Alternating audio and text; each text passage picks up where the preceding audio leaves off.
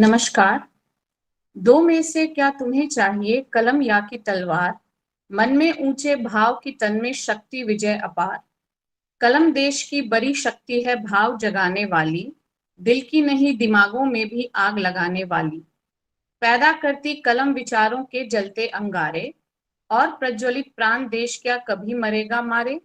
एक भेद है और वहां निर्भय होते नर नारी, कलम उगलती आग जहां अक्षर बनते चिंगारी। रामधारी सिंह दिनकर की इन पंक्तियों के साथ उनकी 113वीं जयंती पर मैं उन्हें नमन करती हूँ। डिजिटल मंच पर उपस्थित प्रोफेसर चंदन कुमार जी और समस्त विद्वत जनों का मेरा अभिवादन। मैं ऐश्वर्या, स्वामी श्रद्धानंद महाविद्यालय और हिंदी विभाग की ओर से आप सबका हार्दिक अभिनंदन करती हूँ। हमारा देश स्वाधीनता का अमृत महोत्सव मना रहा है और आज राष्ट्र कवि दिनकर की 113वीं जयंती है। आज का व्याख्यान उन्हीं को समर्पित है, जिसका विषय है देशज तेजस्विता के कवि दिनकर। राष्ट्रीय भावना से जनमानस की चेतना को नई स्फूर्ति प्रदान करने वाले राष्ट्रकवि दिनकर अपने समय के सर्वश्रेष्ठ कवियों में से थे। वे राष्ट्रकवि होने के साथ साथ जन कवि भी थे। उन्होंने सामाजिक और आर्थिक समानता और शोषण के खिलाफ लेखनी चलाई। एक प्रगतिवादी और मानववादी कवि के रूप में उन्होंने ऐतिहासिक पात्रों और घटनाओं को ओजस्वी और प्रखर शब्दों का ताना बाना दिया। रश्मि रथी, कुरुक्षेत्र, हुंकार, द्वंद्व गीत, परशुराम की प्रतीक्षा आदि उनकी वीर रस की प्रमुख कृतियां हैं। रामधारी सिंह दिनकर ने एक बार हंसी में कहा था, मैं जीवन भर गांधी और मार्क्स के बीच झटके खाता रहा हूं, इसलिए उजले को लाल से गुणा करने पर जो रंग बनता है वही रंग मेरी कविता का है। मेरा विश्वास है कि अंततोगत्वा यही रंग भारत के भविष्य का रंग होगा। इस परिप्रेक्ष्य में आज जब देश के अधिसंख्य लेखक राजनीतिक विचारों के आधार पर विभाजित हैं, जनता से जुड़े मुद्दे को उठाने में राजनीतिक दलों के नफे नुकसान का गणित लगाया जा रहा है, यहाँ तक कि लोगों की जान को भी जाति और धर्म के चश्मे से देखकर प्रतिक्रियाएं व्यक्त की जाने लगी हैं। राष्ट्रकवि दिनकर को उनकी जयंती पर याद करना न सिर्फ समाज बल्कि राजनीति को नई दिशा देने के लिहाज से महत्वपूर्ण हो जाता है। इन्हीं शब्दों के साथ मैं विभाग की प्रभारी डॉक्टर प्रतिभा राणा को आमंत्रित करना चाहूंगी कि वे हमारे मुख्य वक्ता का स्वागत करें। धन्यवाद ऐश्वर्या जी। मैं हमारे आज के मुख्य अतिथि विशिष्ट वक्ता प्रोफेसर चंदन कुमार सर का हार्दिक अभिनंदन करती हूँ। हिंदी विभाग के तरफ से, स्वामी श्रद्धानंद महाविद्यालय परिवार की तरफ से सर आपका बहुत बहुत स्वागत है। और अब विषय को रखते हुए रामधारी सिंह दिनकर की चंद पंक्तियों से मैं शुरुआत करूंगी कि समर शेष है नहीं पाप का, भागी केवल ब्याग, जो तटस्थ है समय लिखेगा उनके भी अपराध। राष्ट्र कवि रामधारी सिंह दिनकर की आज 113वीं जयंती मनाने के लिए हम सभी इस आभासी पटल पर एकत्रित हुए हैं। दिनकर लेखक, कवि, निबंधकार थे। आधुनिक युग के वीर रस कवियों में वह अग्रणीय हैं। उनकी कविताओं में तेज, ओज, आक्रोश, विद्रोह एवं क्रांति की सम्मिलित गूंज है। दिनकर का जन्म बिहार के बेगूसराय के सिमरिया गांव में सन 1908 में हुआ। उनका बचपन किशोरावस्था तक ग्राम के अंचल उसकी छाया में ही बीता। पटना विश्वविद्यालय से इतिहास विशेष की परीक्षा पास करने के बाद वह एक विद्यालय में अध्यापन करने लगे, लेकिन केवल वही उनकी अंतिम मंजिल ना थी। सामाजिक, राजनीतिक, आर्थिक असमानता और शोषण के प्रति विद्रोह उनकी कविताओं के केंद्र में है। उन्होंने इतिहास के पात्रों को तत्कालीन वर्तमान संदर्भ में प्रस्तुत कर अपनी रचनाओं में जिस तेज की सृष्टि की है वह आज भी अनुकरणीय है। उसी तेज के कारण वह दिनकर है, अर्थात सूर्य। वो सूर्य जो अंधेरा मिटाकर उजाला फैलाए। तेजों में दिनकर जो कह उठता है, पीकर जिनकी लाल शिखाएं, उगल रही सो लपट दिशाएं, जिनके सिहन नाद से सहमी धरती रही अभी तक डोल, कलम तो उनकी जय बोल बोल। दिनकर की कविताओं में तेज और ओज बहुत जगह है, चाहे वह रश्मि रथी हो, कुरुक्षेत्र हो या फिर हुंकार। बालक हमीर पराधीन देश का वो हमीर है जो अपनी मिट्टी की आन के लिए, देश के लिए शान से सब कुर्बान करने के लिए तत्पर है।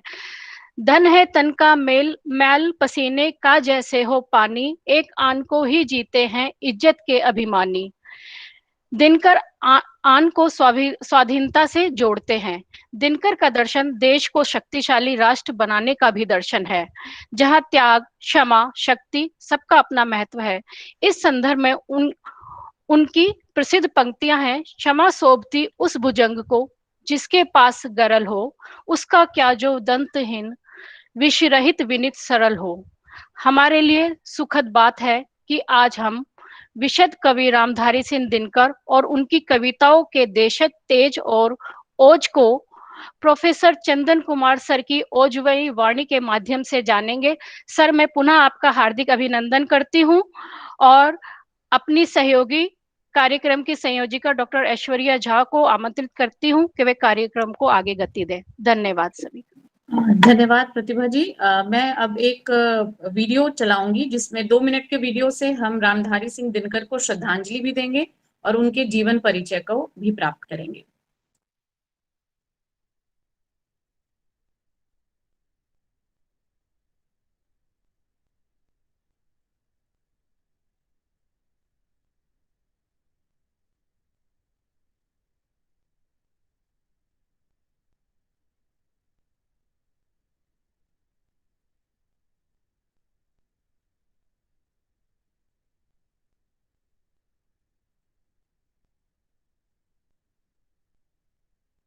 बेगूसराय जिला, तब के मुंगेर जिले।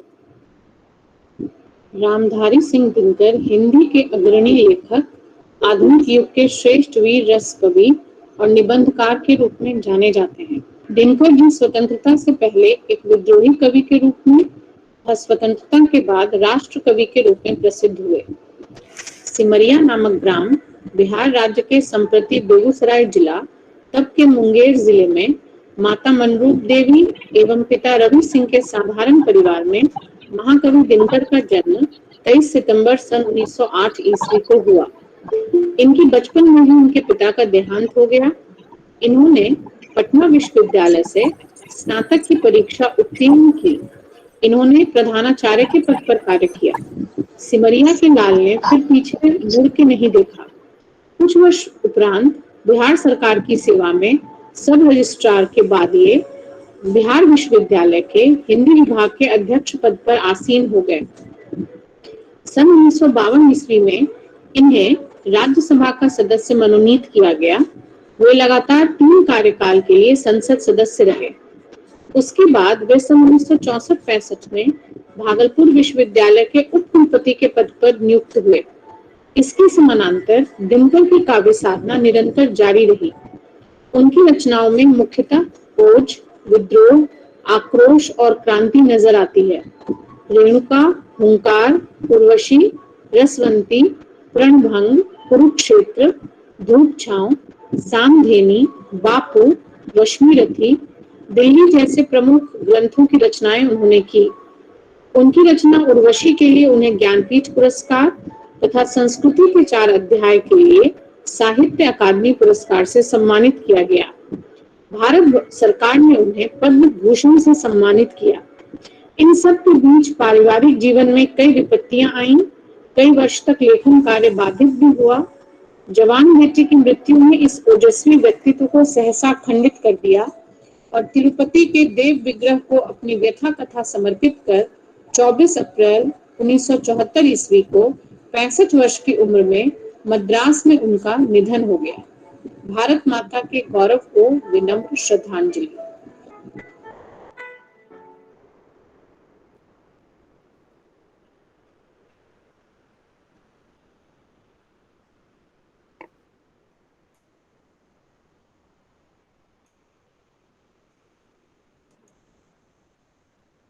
अब मैं कार्यक्रम को आगे बढ़ाते हुए हमारे मुख्य वक्ता का औपचारिक परिचय देना चाहूंगी, जो किसी परिचय के मोहताज नहीं है। मैं पहले ही सर से माफी चाहूंगी कि मैं कुछ मिनटों में उनके परिचय को समेट रही हूँ। आज के हमारे मुख्य वक्ता प्रोफेसर चंदन कुमार हिंदी विभाग दिल्ली विश्वविद्यालय में प्रोफेसर के पद पर कार्यरत हैं। साथ ही केंद्रीय सलाहकार समिति संस्कृति मंत्रालय के सदस्य के रूप में काम कर रहे हैं।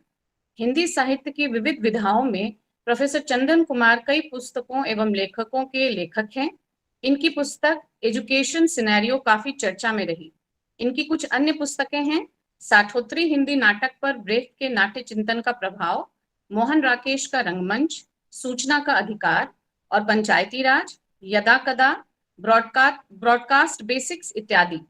प्रोफेसर चंदन कुमार की विशेष रुचि हिंदी के अधिगम परिणाम आधारित पाठ्यक्रम, पूर्वोत्तर भारत के सांस्कृतिक अध्ययन, लघु फिल्म एवं वृत्तचित्र निर्माण के साथ साथ नाटक एवं रंगमंच है। पूर्व में प्रोफेसर चंदन कुमार उप अधिष्ठाता छात्र कल्याण उत्तरी एवं दक्षिणी परिसर दिल्ली विश्वविद्यालय, श्री अरविंदो महाविद्यालय प्रबंध समिति के अध्यक्ष एवं कोषाध्यक्ष के पद पर रह चुके हैं। साथ ही वे सत्यवती महाविद्यालय के प्राचार्य पद को भी सुशोभित कर चुके हैं। विगत 24 वर्षों से दिल्ली विश्वविद्यालय में अध्यापन कर रहे प्रोफेसर चंदन कुमार के द्वारा सामयिक, साहित्यिक एवं वैचारिक मुद्दों पर दिए गए व्याख्यान वैचारिक निर्माण के संदर्भ बन रहे हैं। प्रोफेसर चंदन कुमार विश्वविद्यालय अनुदान आयोग नई दिल्ली के साथ साथ विभिन्न विश्वविद्यालयों के शैक्षणिक समितियों में महती भूमिका का निर्वहन कर रहे हैं। सर, आपका स्वागत है कि आप आए और अपनी ओजस्वी वाणी में अपना व्याख्यान दें।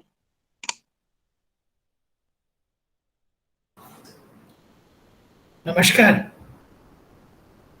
मेरी आवाज आ रही है? जी सर।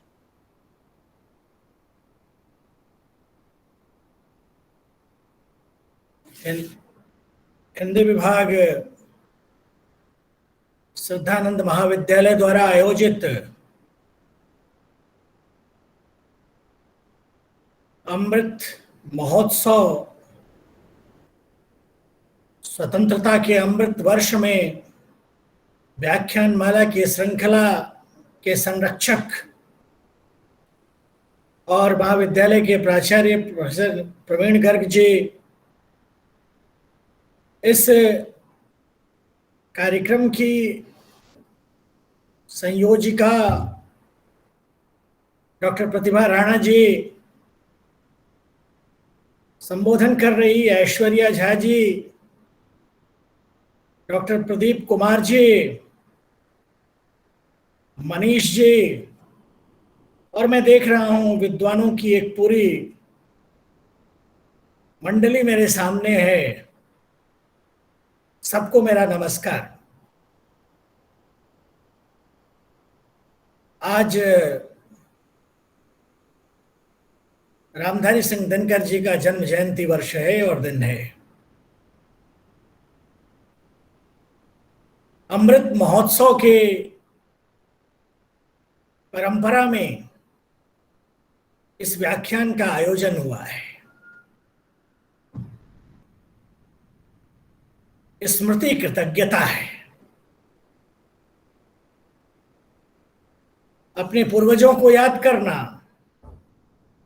साहित्य की परंपरा को याद करना, मार्गदर्शन के बिंदुओं को याद करना, अपने को संस्कारित करना भी है और दिशा लेना भी है। प्रतिभा जी का आदेश था कि इस विषय को कैसे प्रस्तावित किया जाए, दिनकर को कैसे पढ़ा जाए, रामधारी सिंह दिनकर के मूल्यांकन के बिंदु क्या हो सकते हैं, राष्ट्र, संस्कृति और समाज के साथ रामधारी सिंह दिनकर की रचनात्मकता कैसे संवाद करती है। ऐश्वर्या जी और प्रतिभा जी ने कुछ बिंदु प्रस्तावित कर दिए हैं। मुझसे बेहतर प्रस्तावित हो चुका। मेरा एक सुख है कि मुझे उन बिंदुओं की सिर्फ व्याख्या करनी है।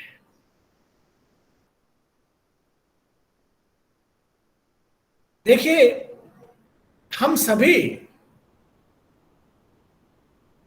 जब बड़े हो रहे होते हैं, उम्र में बड़े हो रहे होते हैं,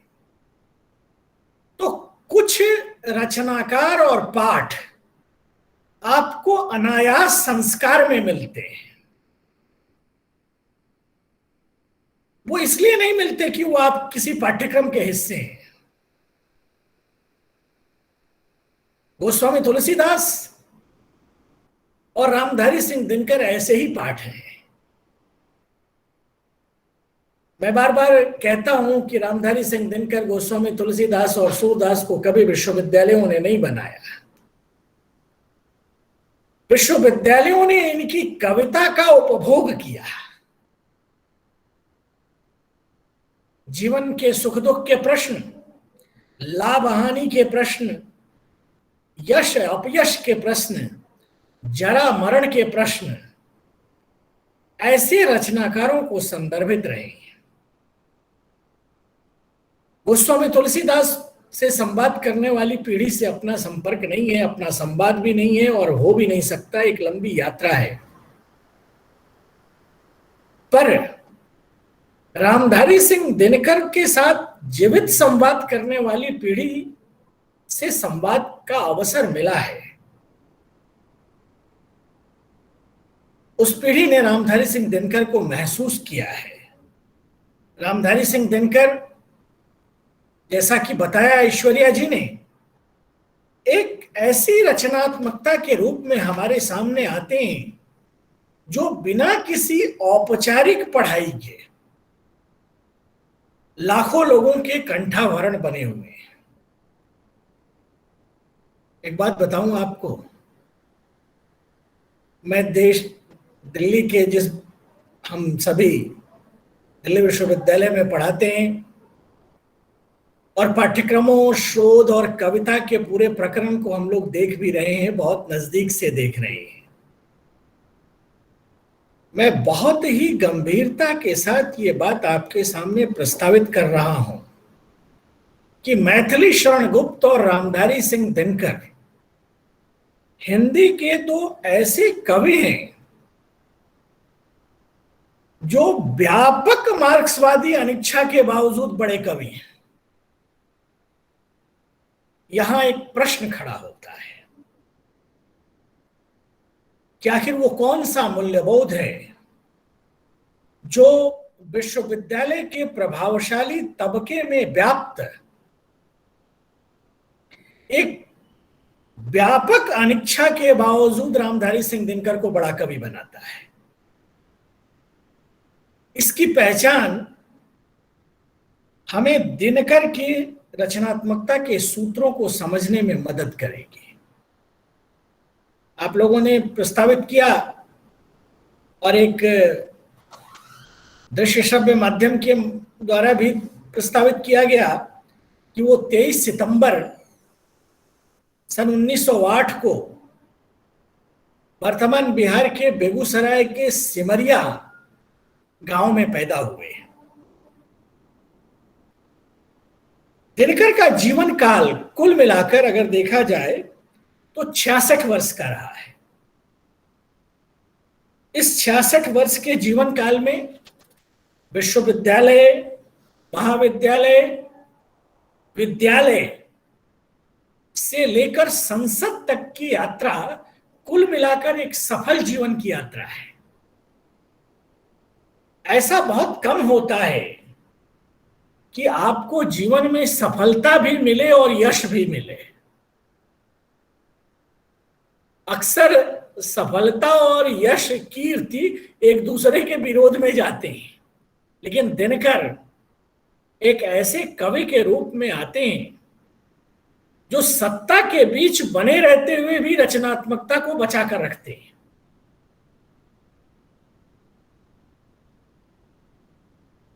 मैं सिर्फ इतना प्रस्तावित कर रहा हूं कि दिनकर की कविता इस बात का प्रमाण है कि रचनात्मक सफलता भी मिली और जीवन की भी सफलता मिली।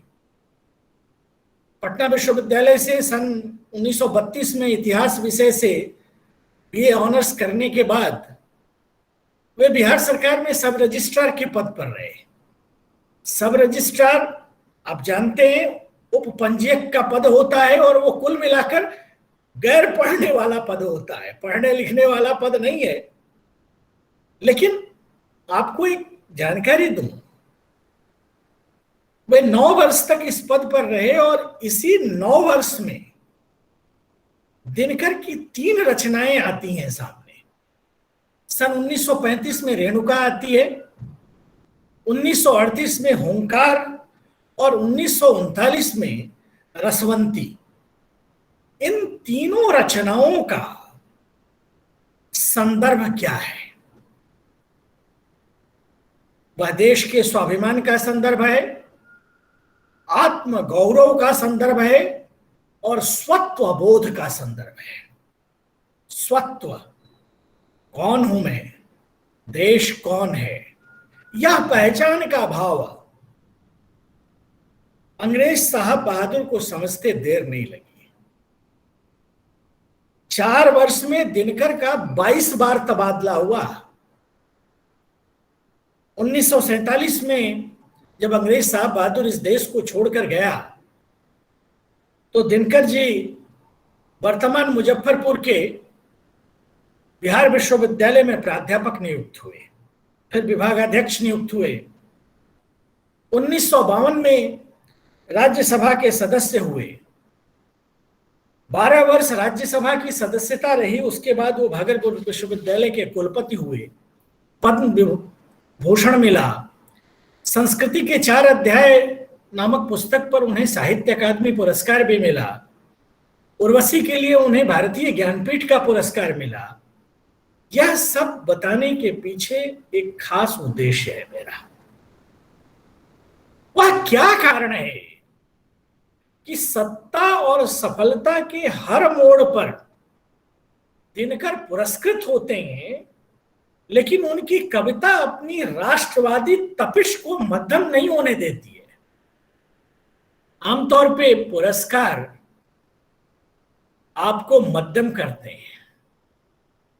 आपको जब अच्छा होना होता है, सबकी नजरों में अच्छा होना होता है, तो आप अपने बातों को गोलमोल करने लगते हैं। दिनकर कभी भी अपनी रचनात्मकता की धार को मध्यम नहीं होने देते। हमारे समय में मैं बहुत सहज भाव से और सतर्क भाव से कह रहा हूं, ऐसे उदाहरण बहुत कम हैं। ऐसी ताकत कहां से आती है? ऐसी ताकत एक देशज ताकत है। मर्त्य मानव की विजय का तुर्य हूं मैं, उर्वशी अपने समय का सूर्य हूं मैं। यह आत्म स्वाभिमान, देखिए पढ़ना लिखना कुछ देता हो या ना देता हो, स्वाभिमान जरूर देता है। अपनी पूर्वजों की परंपरा के साथ संवाद, अपनी देशज ऊर्जा के साथ संवाद दिनकर की रचनात्मकता के केंद्र में है। और यही कारण है कि वे सांस्कृतिक प्रतीकों को,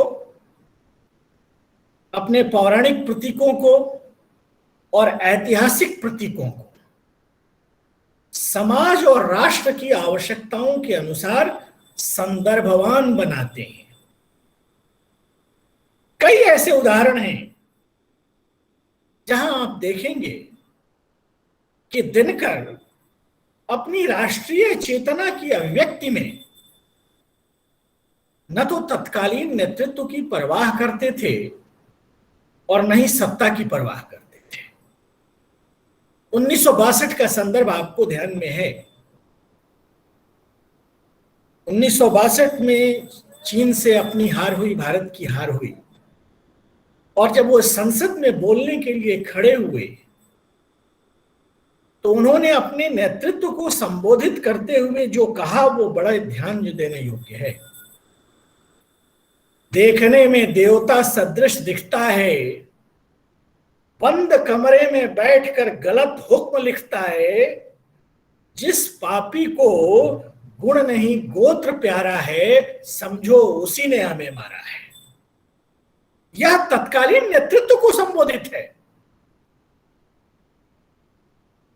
पुनः एक और संदर्भ है, आपको ध्यान होगा, रे रोग युधिष्ठिर को न यहां, जाने दे उसको स्वर्ग धीर, फिर फिर फिरा हमें गांडीव गदा, लौटा दे अर्जुन भीमवीर। क्या वही व्यक्ति कह सकता है जो अपने सत्ता के प्रति निर्मोही हो?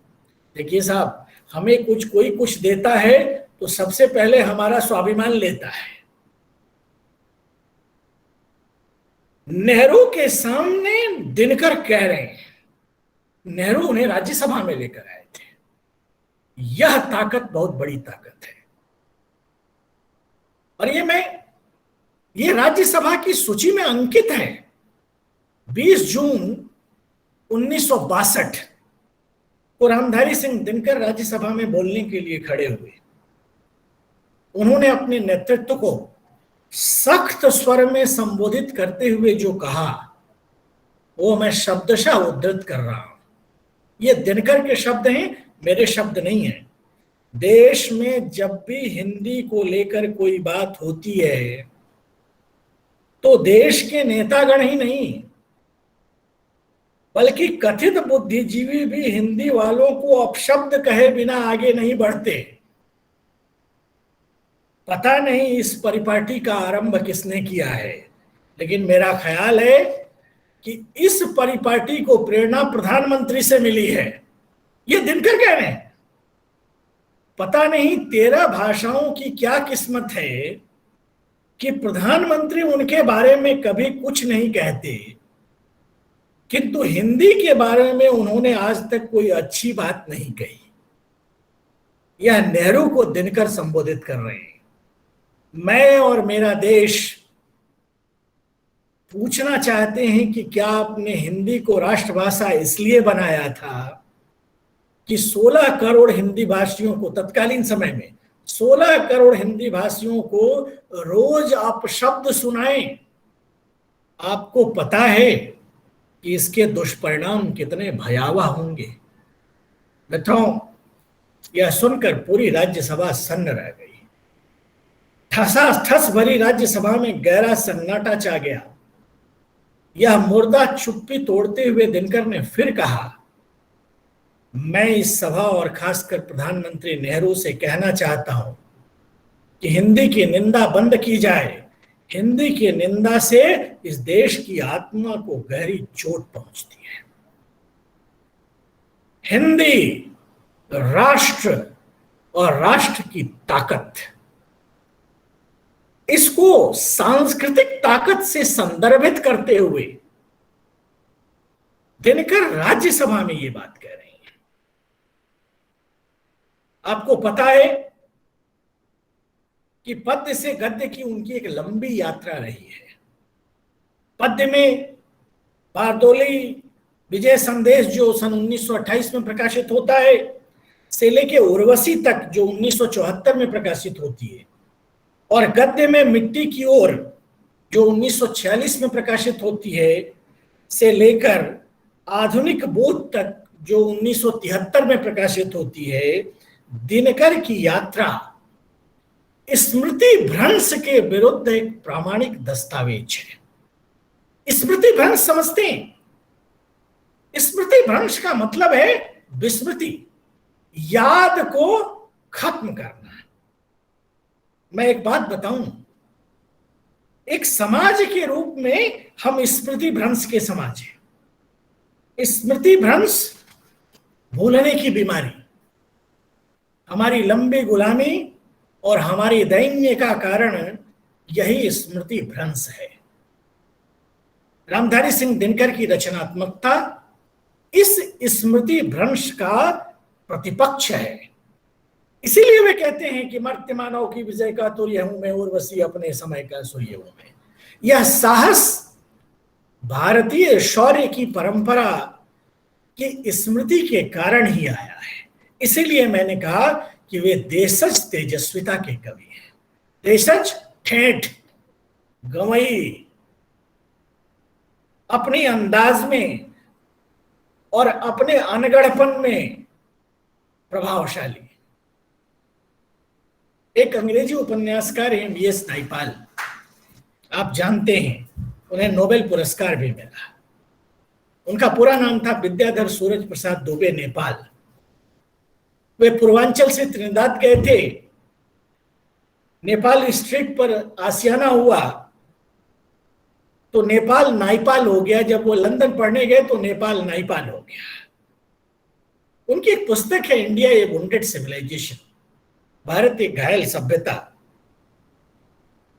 इस पुस्तक में नाइपाल प्रस्तावित करते हैं कि एक पांथिक मान्यता दुनिया में जहां जहां गई उसने वहां की स्थानिक सभ्यताओं को नष्ट किया, और कहते हैं कि यह पांथिक मान्यता जो सेमेटिक रिलीजन था वो स्थानिक सभ्यताओं को मिटाने का दोषी है, इसलिए वो कई बार इस्लाम को दुनिया से माफी मांगने के लिए कहते हैं। मैं जब ऐसा कह रहा हूं तो मेरा संकेत उस ओर है जहां रामधारी सिंह दिनकर की रचनात्मकता स्मृति भ्रंश से उपजे भारतीय समाज के दोषों का परिहार करने की सृजनात्मक कोशिश होती है। यह सृजनात्मक कोशिश 3 तत्वों में विकसित होती है: मानव भाव, वैष्णव भाव और राष्ट्र भाव। अगर दिनकर की देशज विद्वता को, देशज तेजस्विता को आप व्याख्यायित करना चाहें तो वह 3 तत्वों से निर्मित होती है। एक, साबार ऊपर मानुष सत्य तार ऊपर नाय, सबसे बड़ा मनुष्य है, उससे बड़ा कुछ नहीं है। और दूसरा वैष्णव भाव, और तीसरा राष्ट्र भाव। और इन तीनों के प्रयोग से, इन तीनों के समुच्चय में वे भारतीय सांस्कृतिक और पौराणिक प्रतीकों का वर्तमान भारत के लिए, उसको सशक्त बनाने के लिए और समर्थ बनाने के लिए उपयोग करते हैं।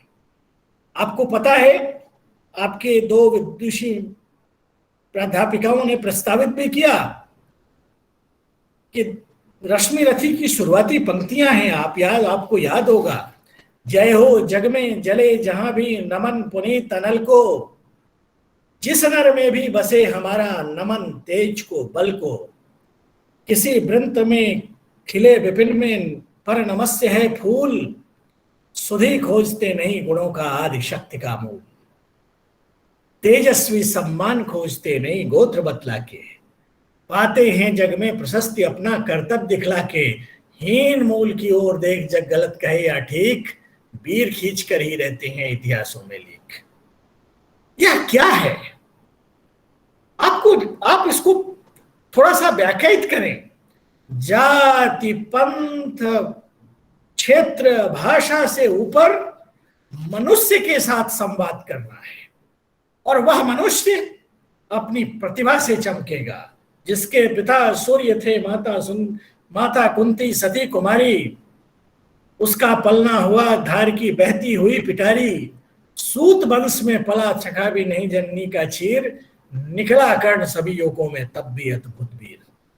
इन पंक्तियों के नायक महाभारत के पात्र कर्ण हैं, और संदेश जो है वह स्वातंत्रोत्तर भारत का है। हिंदी कविता की पूरी परंपरा में आप सभी विद्वान बैठे हुए हैं, भूषण के बाद शौर्य के, साहस के और संस्कृति के सर्वाधिक प्रखर स्वर के रूप में हम दिनकर को पाते हैं। ऐसा क्यों है? जब वर्तमान शौर्यहीन हो तो कविता उस शौर्य की प्रतिनिधि बनकर आती है। पानी की कमी होगी, पानी के सपने आएंगे। हमारी सपने, हमारी कविताएं हमारी अतृप्ति की पूर्ति हैं, और इसीलिए कुरुक्षेत्र का यह संदर्भ हो कि क्षमा शोभती उस भुजंग को जिसके पास गरल हो, उसको क्या जो दंतहीन विसरहित विनीत सरल हो, या फिर रश्मि रथी की यह पंक्ति हो कि पत्थर सी हो मांसपेशियां, लौह दंड भुज दंड भय, नस नस में हो लहर आग की तभी जवानी पाती जाए। दिनकर अपनी पूरी रचनात्मकता में भारतीय मन को राष्ट्रीय गर्व, गौरव और स्वाभिमान से संदर्भित करने की कोशिश करते हैं। हम यह न भूलें, और आप सभी जानते हैं कि ब्रिटिश पराधीनता से सद्यः मुक्त हुए, सद्य यानी तुरंत तुरंत मुक्त हुए भारत और 1962 में चीन से हारे हुए समय के रचनाकार हैं दिनकर। स्वाधीनता संग्राम के दिनों में मुक्ति का स्वप्न देखने, अंग्रेजी सल्तनत से मुक्ति पाने और भारतीय अंग्रेजों के ताकतवर होने और चीन के दंश को महसूस करने का एक रचनात्मक प्रभाव दिनकर की कविता पर है। एक उहापोह है उनके मन में, किसको नमन करूं मैं भारत, किसको नमन करूं मैं। और शायद इसी प्रश्न का उत्तर है जिसे ऐश्वर्या जी ने प्रस्तावित किया, कलम आज उनकी जय बोल। जला अस्थियां बारी बारी, जिनने चिनगारी चिटकाई, जो चढ़ गए पुण्य भूमि पर, लिए बिना गर्दन का मोल, कलम आज उनकी जय बोल। रचनात्मकता कैसी होनी चाहिए, कला का निकष क्या है, मैं क्यों कविता कर रहा हूं, मेरी कविता किनकी कीर्ति गाएगी, उनकी कीर्ति गाएगी जो चढ़ गए मातृभूमि पर, लिए बिना गर्दन का मोल। उन्होंने मोल नहीं लिया। देखिए, जीवन में छोटी चीजों की कीमत होती है, बड़ी चीजों की कोई कीमत नहीं होती। हवा की क्या कीमत होगी, आकाश की क्या कीमत होगी, बलिदान की कोई कीमत नहीं होती। और दिनकर की रचनात्मकता इस बलिदान को महसूस करती है। दिनकर की एक पुस्तक है, आप लोगों ने पढ़ी होगी, भारतीय एकता। ये लोक भारती प्रकाशन इलाहाबाद से सन 1971 में छपी है। आप सभी विद्वान आपके पास होगी, आपने पढ़ी होगी। इस पुस्तक की भूमिका में दिनकर जी लिखते हैं कि स्वतंत्रता तो हमने प्राप्त कर ली, लेकिन राष्ट्रीय एकता का प्रश्न ज्वलंत रूप से हमारे सामने खड़ा है। हमारे सारे इतिहास की शिक्षा है कि हम स्वतंत्र तभी तक रहते हैं जब तक हम एक रहते हैं। जब भी एकता खिड़की से होकर भागती है, हमारी स्वतंत्रता सदर दरवाजा खोलकर चल देती है। यह कहीं ना कहीं वह भाव है जो महसूस कर रहे हैं वो कि देश की स्वतंत्रता और देश की ताकत तभी तक सुरक्षित है जब देशवासियों में पांथिक, क्षेत्रीय, भाषाई, रंग और नस्ल के भेदों को भुलाकर भारत होने का भाव बचा रहे। यह कथन दिनकर जी की रचनात्मक उद्देश्य को स्पष्ट कर देता है। यह उद्देश्य है एक राष्ट्र के रूप में जीने की चाह। इस चाह को दिनकर अपनी एक दूसरी पुस्तक में भी वो उल्लेखित करते हैं। उनकी एक पुस्तक है साहित्यमुखी। यह पुस्तक लोक भारती प्रकाशन से इलाहाबाद से ही छपी है। अब तो इलाहाबाद क्या बोले, अब प्रयाग से छपी है। इस साहित्यमुखी पुस्तक के पृष्ठ 60 पर उनका एक कथन है, अगर हम एक राष्ट्र बनकर जीना चाहते हैं तो उसके साधन हमारे सामने मौजूद हैं। अगर हम टूटकर अलग बिखरना भी चाहें तो दुर्भाग्यवश उसके लिए सामग्री की भी कमी नहीं है। भारत की राष्ट्रीयता प्रकृति और इतिहास पर अवलंबित है। उसका दारोमदार हमारी अपनी इच्छा और संकल्प शक्ति पर है। इसी भाव से प्रेरित होकर रामधारी सिंह दिनकर अपनी रचनाओं में अयोध्या, मिथिला, कपिलवस्तु, नालंदा, मगध इत्यादि के ध्वंसावशेषों को देखकर आंसू बहाते हैं। वे दुखी हैं और पुनः इस अतीत गौरव के लौटने की आशा प्रकट करते हैं। मंगल आह्वान उनकी कविता है, आप सबों ने पढ़ी होगी, उसकी पंक्तियां आपको ध्यान में होंगी। गत विभूति भावी की आशा, ले युग धर्म पुकार उठे, वर्तमान की चित्रपटी पर भूतकाल संभाव्य बने। जो वर्तमान है वो अतीत से प्रेरणा लेकर भविष्य की ओर आगे बढ़े। यह प्रेरणा 23 दिसंबर सन 1933 का उनका एक वाक्य उनकी राष्ट्र दृष्टि को स्पष्ट करने के लिए महत्वपूर्ण है। इस दृष्टि से वे कहते हैं कि कवि की दृष्टि में नए भारत का भाग्य पुरुष परशुराम के स्वरूप में स्वदेश रक्षक की भूमिका निभाएगा। परशुराम की प्रतीक्षा उनकी रचना है, आपको ध्यान होगी, वो सन 1963 में प्रकाशित होकर आई थी।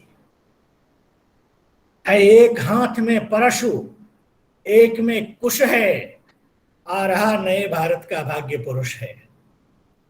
परशुराम की प्रतीक्षा का यह वाक्य चीन के आक्रमण के बाद का वाक्य है। चीन के विश्वासघात ने दिनकर के काव्य मन को बहुत प्रभावित किया था, बहुत गहरे में प्रभावित किया था। यह प्रभाव कालांतर में उन्हें भारतीय नेतृत्व से भी मोहभंग की स्थिति में ले जाता है, और इसी मोहभंग को के कारण वे आह्वान करते हैं कि दो राह समय के रथ को, पहिए का घर घर नाद सुनो, सिंहासन खाली करो की जनता आती है। यह भारतीय ज्ञानपीठ से प्रकाशित दिनकर संचयिता के पृष्ठ 101 पर दिनकर की पंक्तियां हैं, ये मेरी पंक्ति नहीं है। यह कौन कह सकता है सिंहासन खाली करो की जनता आती है? बहुत लोकप्रिय हुआ, बाद में इसका प्रयोग अवंतर प्रसंगों में हुआ। यह वही कह सकता है जिसे अपने पर भरोसा हो। देखिए, मैं आपको एक बात बताऊं, जिसे अपने पर भरोसा नहीं होता वो दूसरे पर भरोसा नहीं करता है। शायद रचनात्मकता की प्राथमिक शर्त भी यही है कि वह व्यक्ति से बड़ा संगठन को माने और संगठन से बड़ा राष्ट्रहित को माने। यह भावबोध इस तथ्य से निकलता है कि जो मुझसे बृहत्तर है वो प्राथमिक है। व्यक्ति से बड़ा समाज है और समाज से बड़ा देश है। दिनकर अपनी पूरी चेतना में इस भावबोध को जीने वाले रचनाकार हैं, और यही कारण है कि जब जब दिनकर की बात उठती है तो राष्ट्र की बात उठती है, जब जब दिनकर की बात उठती है तो संस्कृति की बात उठती है, जब जब दिनकर की बात उठती है तो भविष्य की बात उठती है। आपने मुझे बुलाया, आपका बहुत बहुत धन्यवाद, आपका आभार। दिनकर को याद करना अपने को भी कहीं ना कहीं दिशा देना है। अगर आपके कोई संवाद के बिंदु होंगे उन पर फिर मैं आगे बढ़ूंगा। आपका आभार, नमस्कार। धन्यवाद सर। कोई प्रश्न अगर पूछना चाहे?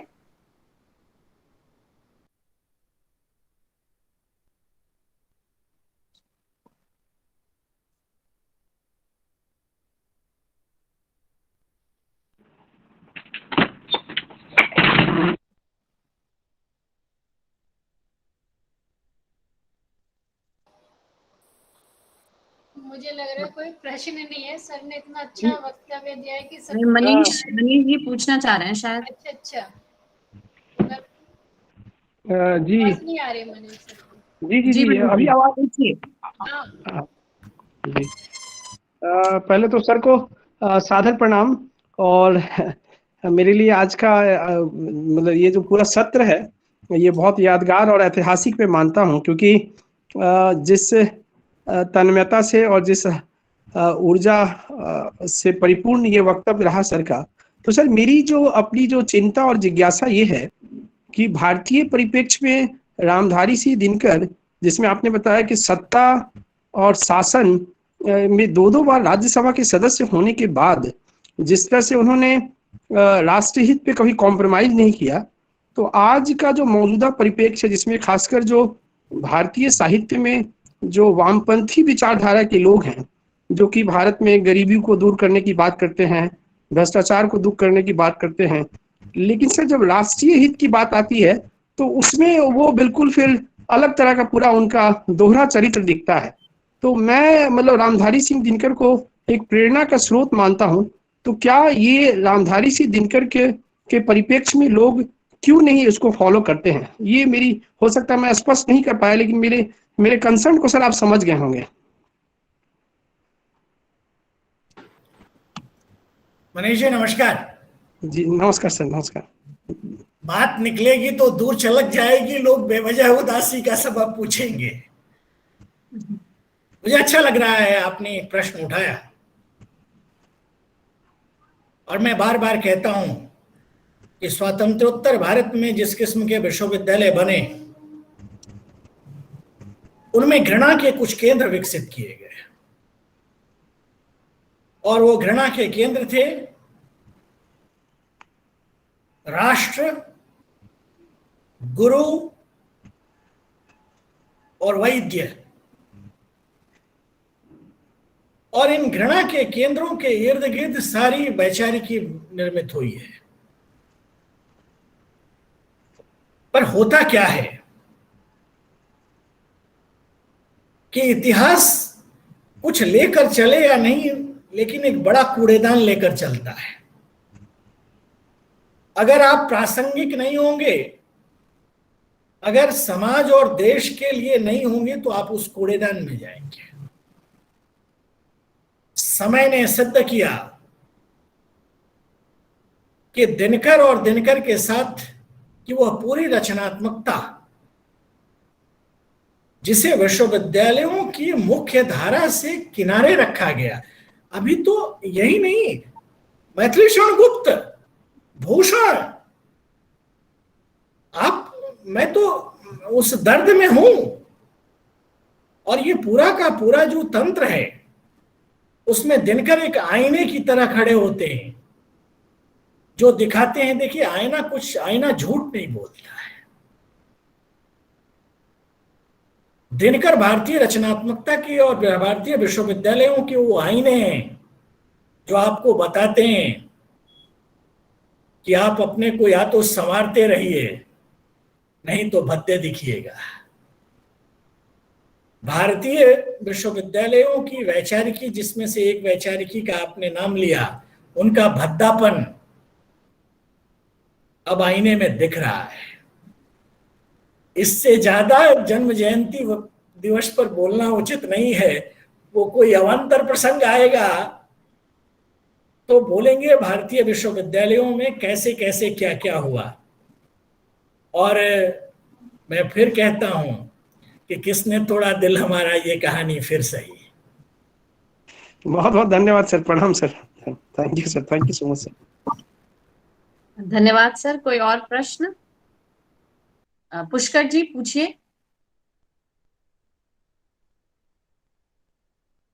जी सर, सादर चरण स्पर्श। सर मेरा प्रश्न था, जैसे आपने बोला कि राजनीतिक किसी भी कोई भी कवि होता है, उसको राजनीतिक जीवन और उसकी रचनात्मकता दोनों को इन्होंने अलग करके रखा। यह काफी दुरूह कार्य भी है, मुझे लगता है। वर्तमान परिप्रेक्ष्य में देखें तो कोई कवि है, यदि वो राजनीति से प्रेरित है तो राजनीतिक विचारधारा को ही लेकर आता है, रचनात्मकता उसकी कहीं ना कहीं क्षीण हो जाती है।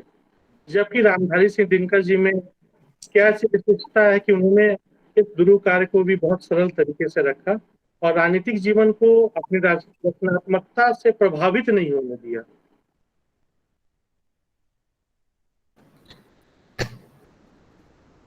देखिए, ऐसे कई आपको कवि मिलेंगे। मैं तो एक कवि का उल्लेख जो बराबर करता हूं, एक कवि है श्रीकांत वर्मा। वो कांग्रेस के स्पोक्स पर्सन थे, वो राज्यसभा के सदस्य थे, लेकिन उनकी ही पंक्ति है कि मगध कहने को मगध है, रहने को नहीं। कविताएं और साहित्य हमारी अतृप्तियां हैं। हम क्या होना चाहते हैं, मुझसे बेहतर है मेरा जिक्र जो तेरी महफिल में है। हम जो होना चाहते थे, जो हमारा सपना था, जैसा हमने सोचा था, अगर हम जीवन में नहीं हो पाते तो कविताओं में होते हैं। हमारे सपने हमारी अतृप्तियां हैं और साहित्य एक सपना है। सिर्फ राजनीतिक दलों का साहित्य बहुत टिकाऊ नहीं होता, सत्ता केंद्रित साहित्य टिकाऊ नहीं होता। और भारतीय समाज का एक सुख है कि एक व्यवस्था के रूप में हम सत्ता केंद्रित कभी नहीं रहे हैं, हम समाज केंद्रित रहे हैं। सत्ता केंद्रित अवधारणाएं चलती नहीं है। राजा एक रीतिकाल का कवि है ग्वाल, मेरा बड़ा प्रसिद्ध कवि है, मथुरा का। राजा राव उमराव केते बादशाह भय, कहां के गए लग्यो न ठिकाना है।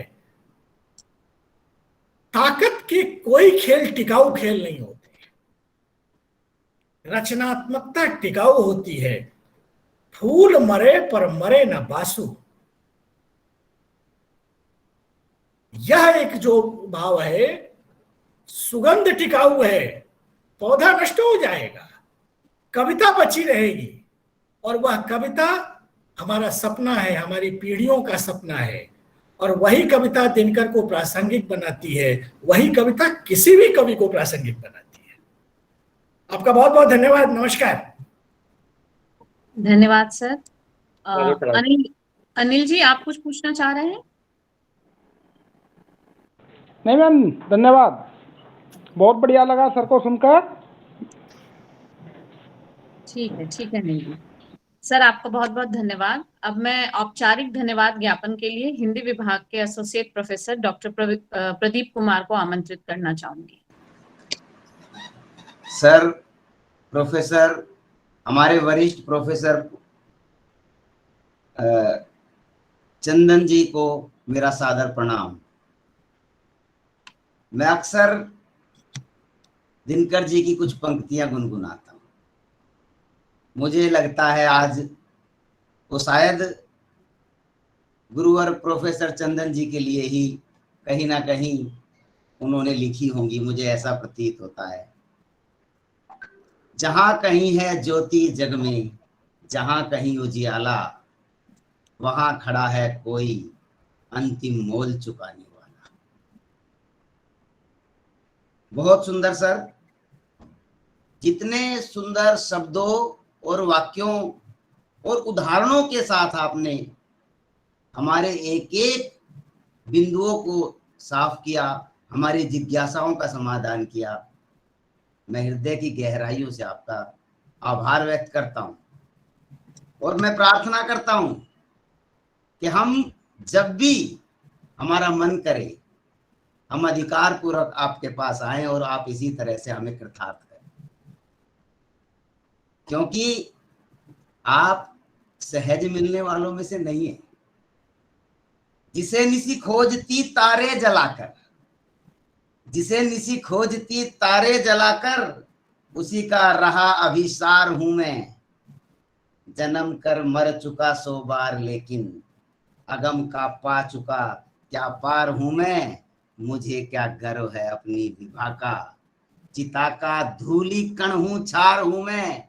पता मेरा तुम्हें मिट्टी कहेगी, समा जिसमें सुखा 100 बार। गुरुवर, मैं आपको प्रणाम करता हूँ।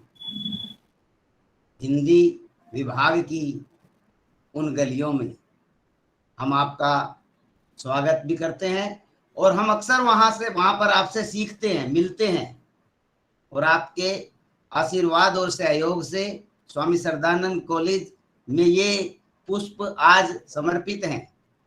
मैं आपका हृदय से पुनः और धन्यवाद करता हूं। और इस कार्यक्रम में जुड़े जितने भी मेरे साथी हैं, प्राचार्य प्रोफेसर परवीन गर्ग जी का, जो हमें समय समय पर प्रत्येक इस प्रकार के कार्यक्रमों के लिए उत्साहित और उत्साहवर्धन करते हैं। हिंदी विभाग की प्रभारी डॉक्टर प्रतिभा जी का मैं विशेष धन्यवाद करता हूँ। वो आगे बढ़कर के पूरी हिम्मत के साथ उन्होंने 1 सप्ताह पूरा जिद्दोजहद और तन्मयता के साथ हिंदी दिवस पर एक से एक कार्यक्रम किए, साथ में कदम से कदम मिलाकर संयोजिका के रूप में प्रोफेसर जो है हमारी ऐश्वर्या जी, उन्होंने इतना सहयोग दिया, मैं इनका आभार व्यक्त कर ही नहीं सकता, उसके लिए मेरे पास शब्द नहीं। और स्वामी श्रद्धानंद कॉलेज के वरिष्ठ प्राध्यापक मेरे तो सारे गुरु हैं, मैंने तो यहाँ शिक्षा ग्रहण की है, मैं उनका हृदय से धन्यवाद करता हूं। और हमारी सबसे अनमोल पूंजी हमारे विद्यार्थी, हमारे छात्र जो किसी भी माध्यम से इसमें जुड़े, मैं उन सभी का धन्यवाद करता हूं। हमारे इस कार्यक्रम में नॉन टीचिंग के साथी और हमारे AO administrative officer doctor Dharmveer Bhardwaj ji हमेशा हमारे कार्यक्रमों में जुड़ते भी हैं और हमारा सहयोग भी करते हैं, मैं उनका भी हृदय से धन्यवाद करता हूं। और इस संपूर्ण कार्यक्रम को तकनीकी रूप से सहयोग देने वाली डॉक्टर श्वेता कुंद्रा जी का विशेष विशेष आभार, क्योंकि आज के इस युग में इसका एक विशेष महत्व है। सभी किसी भी रूप में जो इस कार्यक्रम से जुड़े, मैं उनका साधुवाद करता हूं, धन्यवाद करता हूं, आभार व्यक्त करता हूं। सर आप आए, आपका बहुत बहुत धन्यवाद। नमस्कार। धन्यवाद। नमस्कार। बहुत बहुत धन्यवाद। बहुत सुंदर धन्यवाद ज्ञापन के लिए। सर नमस्कार। बहुत बहुत धन्यवाद। और आज के फेसबुक लाइव के लिए आकांक्षा का धन्यवाद, हमारी कंप्यूटर साइंस विभाग से है, उनका धन्यवाद। और चंदन सर आपका तो बहुत बहुत धन्यवाद, आपने बहुत सहजता से हमारा आमंत्रण स्वीकार किया और आगे भी हम चाहेंगे कि आपका ये मार्गदर्शन और स्नेह में प्राप्त हो। धन्यवाद। धन्यवाद। अवश्य अवश्य। नमस्कार। नमस्कार। नमस्कार। सभी को नमस्ते।